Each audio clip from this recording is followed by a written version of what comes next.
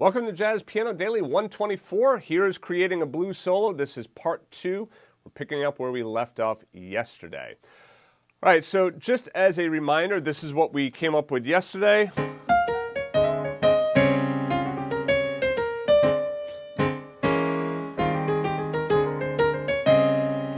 Right, when we ended on that E flat, right, 7 here. Okay, so now let's continue on. All right, so again, when I'm thinking about improvising over a blues, I could just stick with that B flat blues scale. But then there's other things that I can do as well. I could bring in notes of my E flat 7 chord. I could think of even doing things like my E flat 7 chord along with upper structure triads, you know, like giving my sharp 11.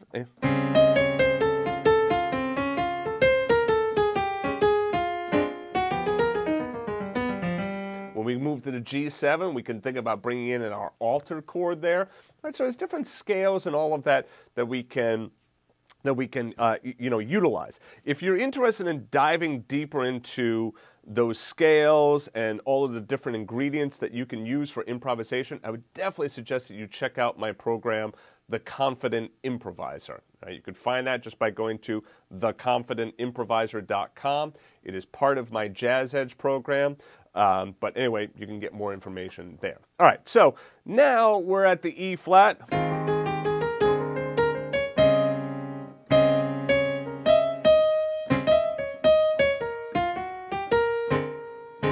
I like stuff like that as well. Let's start with that. So it's 1, 2, and 3, and so we have. Get a quarter note. I'm going to play that short.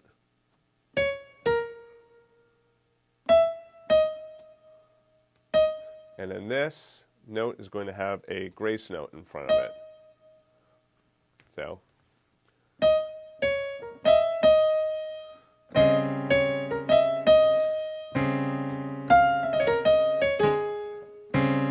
Let's get a double stop in here as well.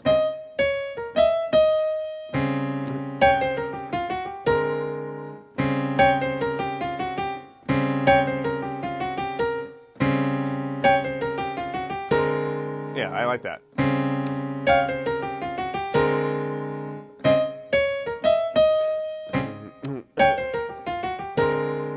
So it's going to be on beat 2. 2. 1,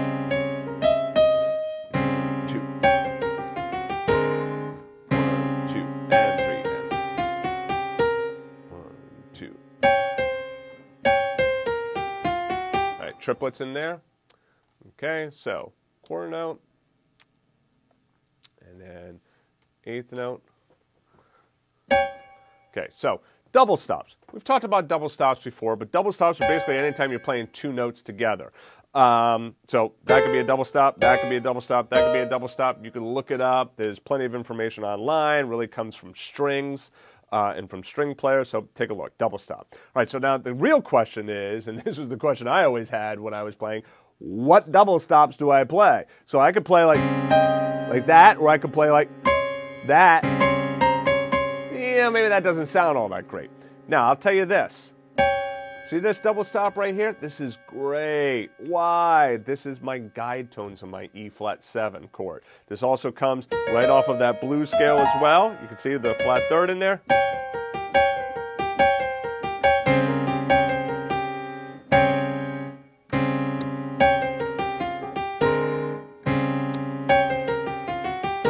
Now I'm going to show you another little trick as well. What do you notice about these notes that I'm playing right here? Okay, let me show you by adding in those 2. So if you want, pause the video for a second and see if you can figure out what scale that is. I'm about to tell you. All right, so the scale is a G blues scale. Okay, so that means that if I'm playing a blues, there's a nice little trick for you, a nice little tip for you. If I'm playing a blues in a particular key, say B flat, if I go to the 6th of that key, right, and create a blues scale there, that blues scale also works over the blues in that key. So in other words, if I'm playing a blues in F, right, get my F blues scale, go to the 6th of the key, right, D, play play a D blues scale. I refer to this a lot of times as my bluesy pentatonic scale, right? But really what's going on here is I'm playing a blues scale starting on the 6th of the key. Now, how I like to think of it, rather than being the 6th of the key, is I just think go down a minor third from the root, right? This also works for like rhythm changes. If I'm doing like...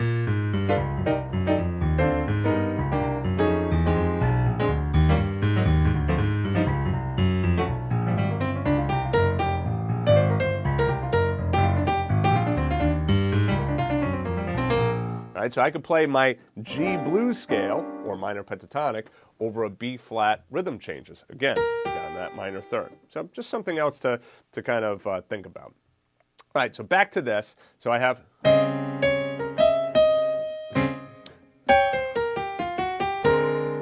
So notice this as well. I love this. I love the space that's being created here, okay? See this space? I'm just holding out that E flat. It just allows some breadth in my improvisation. Cannot stress that enough.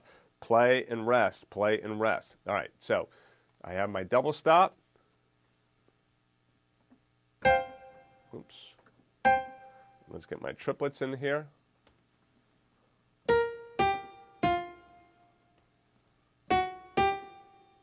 And go there.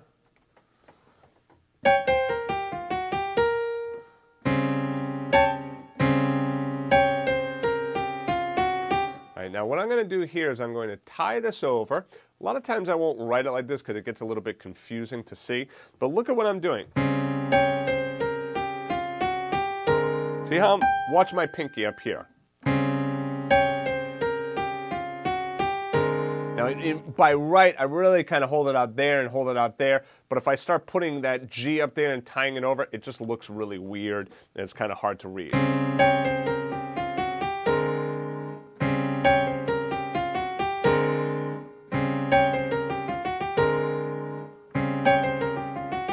Notice I'm also not writing out the fingering here either. It's going to be up to you to really think about the fingering. So I use 3 and 5. You might find for your hand size that that's not going to work for you, especially once we start getting into this. So if that's the case, you can use second finger, thumb, second finger. But you're going to have to definitely cross underneath over here. Thumb, second, middle, thumb, back to B flat.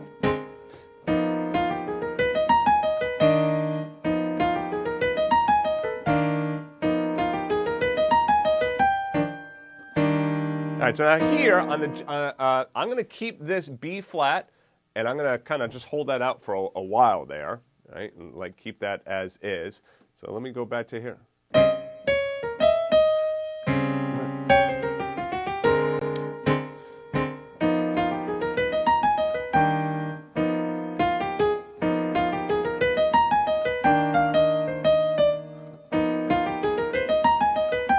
So I like that line on the G7. And that's going to start on the upbeat. Oops. Oops. That should be a rest right here. A lot of eighth notes. And all of this comes off of that G altered scale. Take a look at some of the lessons before on the altered scale. Hey, do a search on the Jazz Piano Daily site for altered. Altered scale will come up. This is my altered scale. Okay. And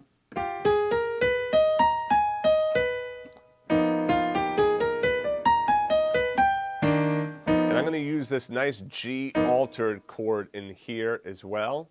All right. I got my sharp 9, natural 3, and my flat 13 in here. And I will change this chord symbol to simply say alt. That way I know it is altered. All right, let me just repeat this. I'll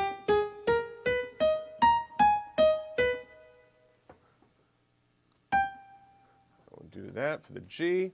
All right, so now let's see if I want to fill anything else in on that B flat 7.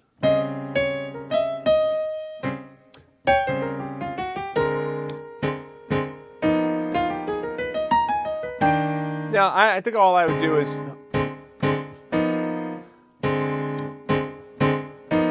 I like that rhythm. I'll fix the flat in a second. Yeah, so all upbeats. Whoops. And tie this over. Now I'm going to fix some of these accidentals. All right, there we go. All right, so let's take a listen to this and see how this sounds. Play it with.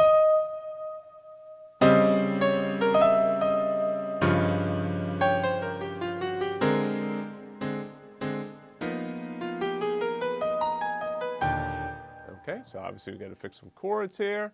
This chord can get tied over, and that C minor. I'm going to do a 4-note voicing. So I got a 4-note voicing here.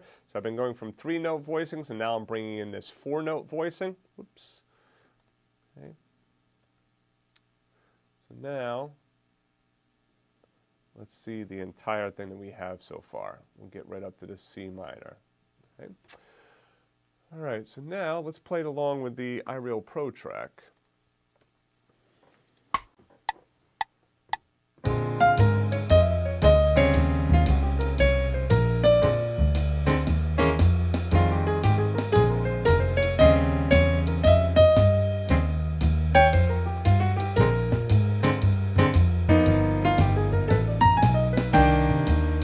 Yeah, I like it. I mean, that sounds nice. And then also see how sometimes I played the C minor as a 3-note chord versus the 4-note chord. You'll hear that there's really not much of a difference there.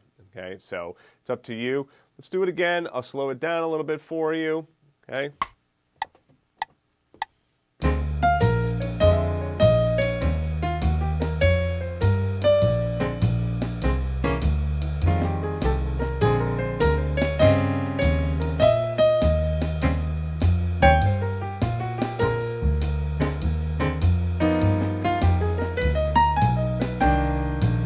All right, now, a tip on solos that are written out. You do not have to play them exactly as written, okay? You always want to think as a musician and as an artist. So that means that, you know, like you could be loose with the comping, with the voicings, right? You're trying to get the overall sense of this. This isn't meant to be a classical etude in which it has to be perfectly executed note for note.